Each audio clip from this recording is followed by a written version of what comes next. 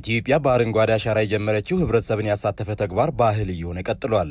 ተግባሩ በርካታ ውጤቶችንም እያስገኘ ነው። የማዕከላዊ ኢትዮጵያ ክልልም ተግባሩን አጠናክሮ ለማስቀጠል የ2018 ዓ.ም የክረምት ችግኝ ተከላ ክልላዊ ማስጀመሪያ መርሃ ግብር የክልሉ ርዕሰ መስተዳድር ዶክተር እንዳሻው ጣሰው በዱራሜ ከተማ ዶክተር ቦጋለች መታሰቢያ ሆስፒታል ግቢ ውስጥ አስጀምረዋል።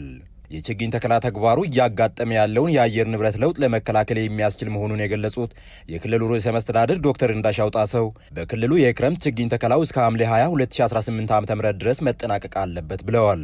በክልላችን ከ530 ሚሊዮን በላይ ችግኞች ተዘጋጅተዋል። ይሄ በዋናነት በሁሉም ቦታ የሚሸፈን ሆኖ ተጨማሪ ቁጥሮች ይኖሩናል። የ100 ሚሊዮን ጭማሪ አለን። ይሄ እስከ ሐምሌ 25 ባለው የጊዜ ሰሌዳ በሁሉም የክልላችን አካባቢዎች ይሄ ስራ ይሰራል።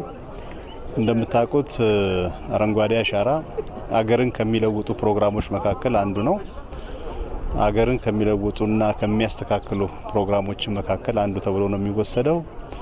ምክንያቱም በሀገራችን ከዚህ በፊት እያጋጠመ የነበረውን የአየር ንብረት ችግር በማስተካከል የዝናብ አመጣጥ ሁኔታን ወይም ስርጭትን በማስተካከል በኩል ትልቅ አስተዋጽኦ አለው። ባለፉት ዓመታት በአረንጓዴ ልማት በተሰራው ስራ ውጤት መምጣቱን የገለጹት ርዕሰ መስተዳድሩ የችግኝ ተከላ መርሃ ግብሩ በኢትዮጵያ የአንድ ጊዜ ተግባር ብቻ ሳይሆን በየዓመቱ ባህል ሆኖ መቀጠሉን ተናግረዋል። አንዳንድ ሀገሮች 10-15 ሆነው አሁን እኛ በክልል ደረጃ የምንተክለውን ችግኝ እንኳን አይተክሉም፣ አያሳኩም።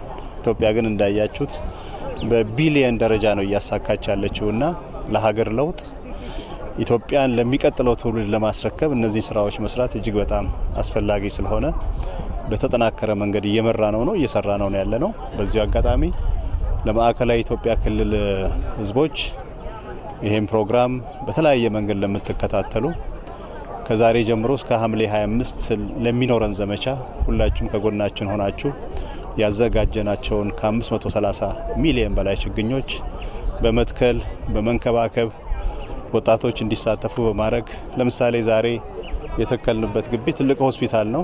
እንደዚህ ትልልቅ ተቋማትን በተመሳሳይ ሁኔታ የዚህ አካል እንዲሆኑ በማድረግ እንድትሰሩ ጥሪ እናቀርባለን። በክልሉ የችግኝ ተከላ ተግባር የአየር ንብረት ለውጥን ከመከላከል ባለፈ ዘርፈ ብዙ ጠቀሜታ ያላቸው ችግኞች ሲተከሉ መቆየታቸውን የጠቀሱት በምክትል ርዕሰ መስተዳድር ማዕረግ የማዕከላዊ ኢትዮጵያ ክልል ግብርና ቢሮ ኃላፊ አቶ ኡስማን ሱሩር ይሄው ተግባር ተጠናክሮ በዘንድሮው የክረምት ችግኝ ተከላ ከ530 ሚሊዮን በላይ ችግኞች ይተከላሉ ብለዋል።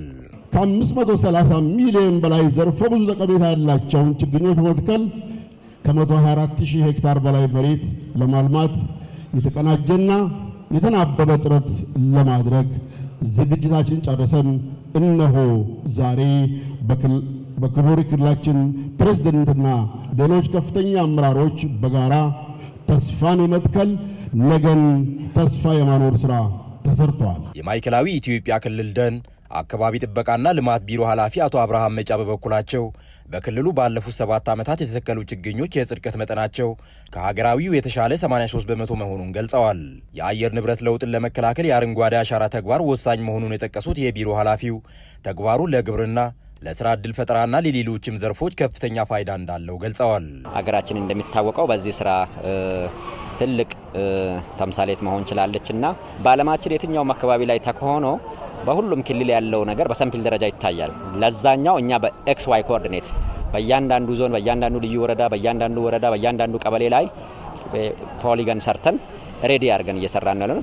ለዚህ ፐርፐዝ 13500 አካባቢ ሄክታርን ኤክስ ዋይ ኮኦርዲኔት ወስደናል። አጠቃላይ በ124,000 ሄክታር መሬት ላይ እንተክላለን።